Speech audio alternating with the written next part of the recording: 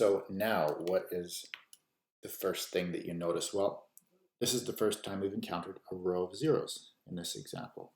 So now we have a glaring problem that is, it's easy to take care of. But we have a row of zeros that is not at the bottom, right? Here's a row of zeros, and then there's another row below it that doesn't consist of all zeros. And that's what it means for the first condition of row echelon form to fail. So we need to make sure this row is at the bottom. So that's all we're going to do in this step. We're going to take row 3, we're going to interchange it with row 4, because that's going to have the effect of moving this row to the bottom. So this, let me add the comment in, this must be at the bottom.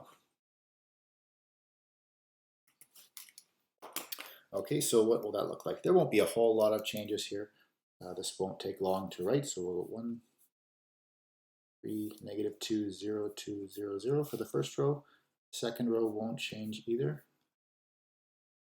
Now the fourth row from this matrix will become the third row here, so we'll have 0, 0, 0, 0, 0, 6, 2, and then our last row will be all zeros.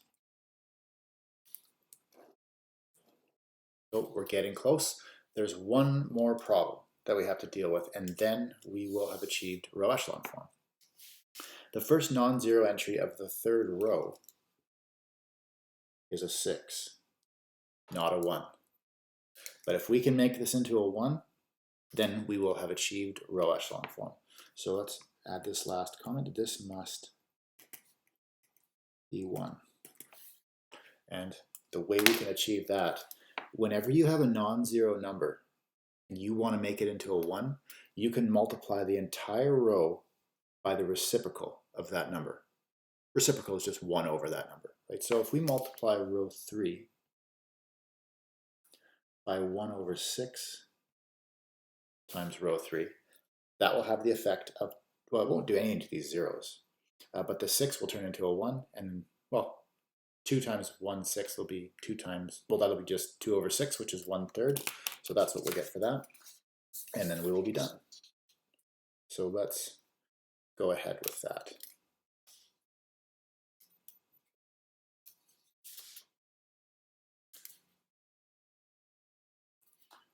So the first 3 rows, or the first 2 rows won't change.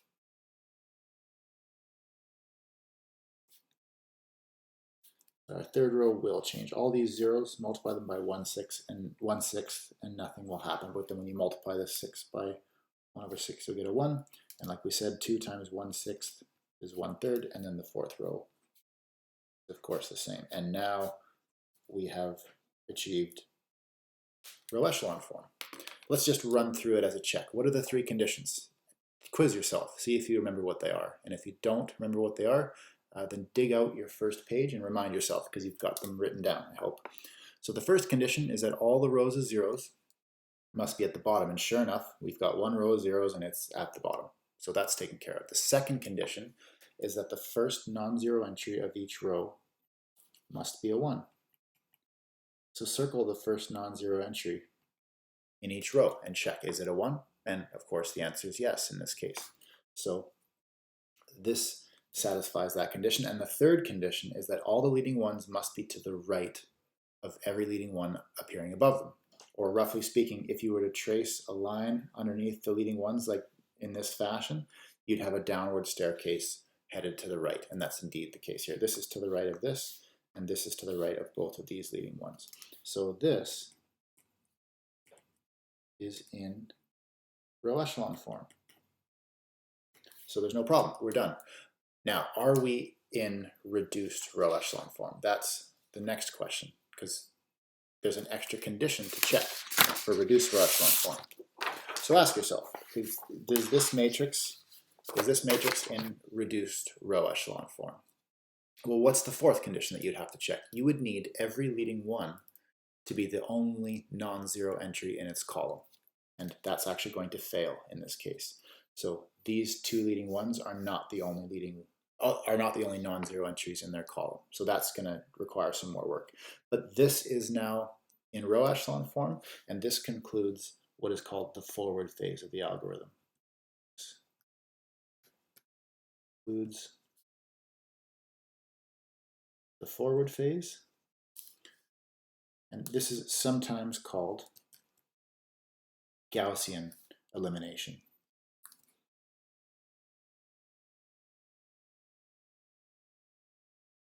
So Gaussian elimination is what we did so far. You can use this strategy to carry any augmented matrix into row echelon form. And sometimes, quite often, that might be enough. It might be all you need. But for our purposes, I want to still go a bit further, and I want to take this into reduced row echelon form. So I want to emphasize, that's why I drew this line, I want to emphasize that this concludes the first half of the algorithm, and everything we do after now is going to be called the backward phase. So I'm actually going to draw yet another copy of this matrix. So I want to have a fresh start so I can write out exactly what our problems are that we're trying to deal with.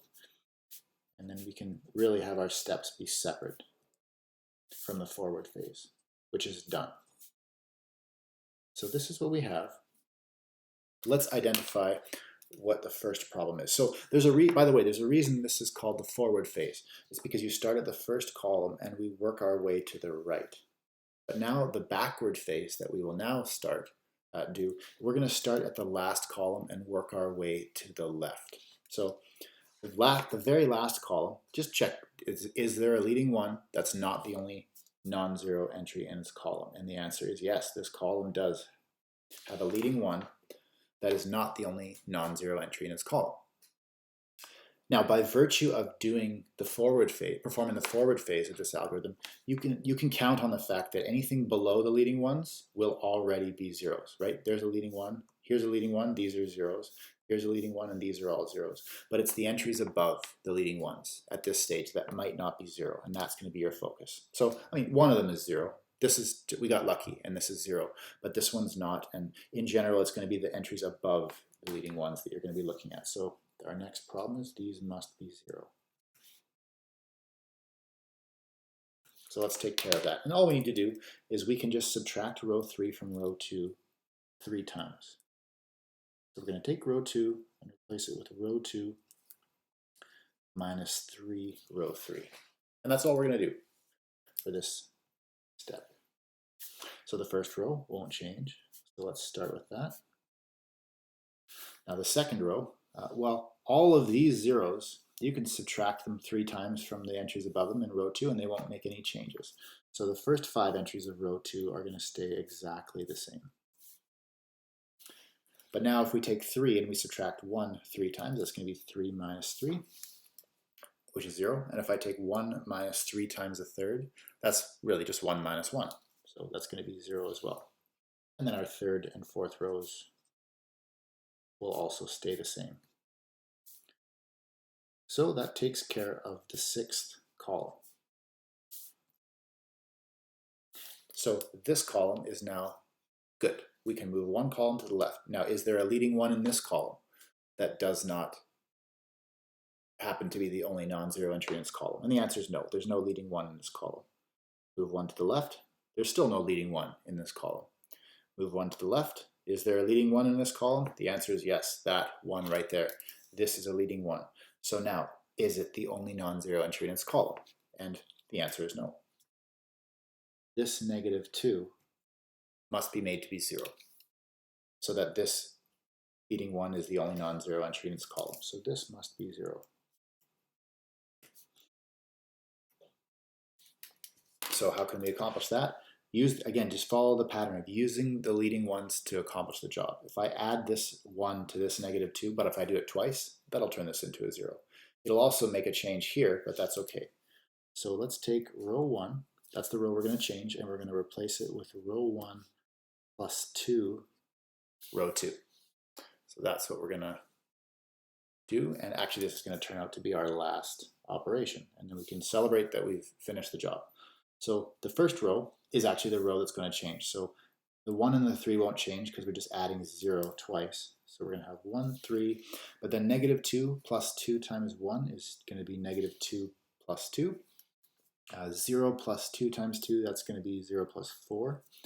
Here we have 2 plus 2 times 0, that's going to be just a 2. And then these last 2 zeros, if you add that 0 twice, it won't make a difference. So that's the first row. And then the other 3 rows won't change. So we are finally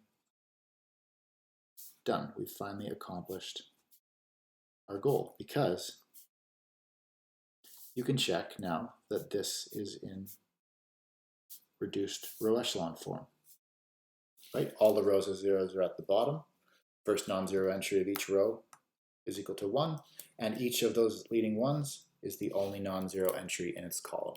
So we are good to go. We have completed the job of putting this matrix in reduced row echelon form. I'm going to circle the leading ones just for emphasis, for good measure.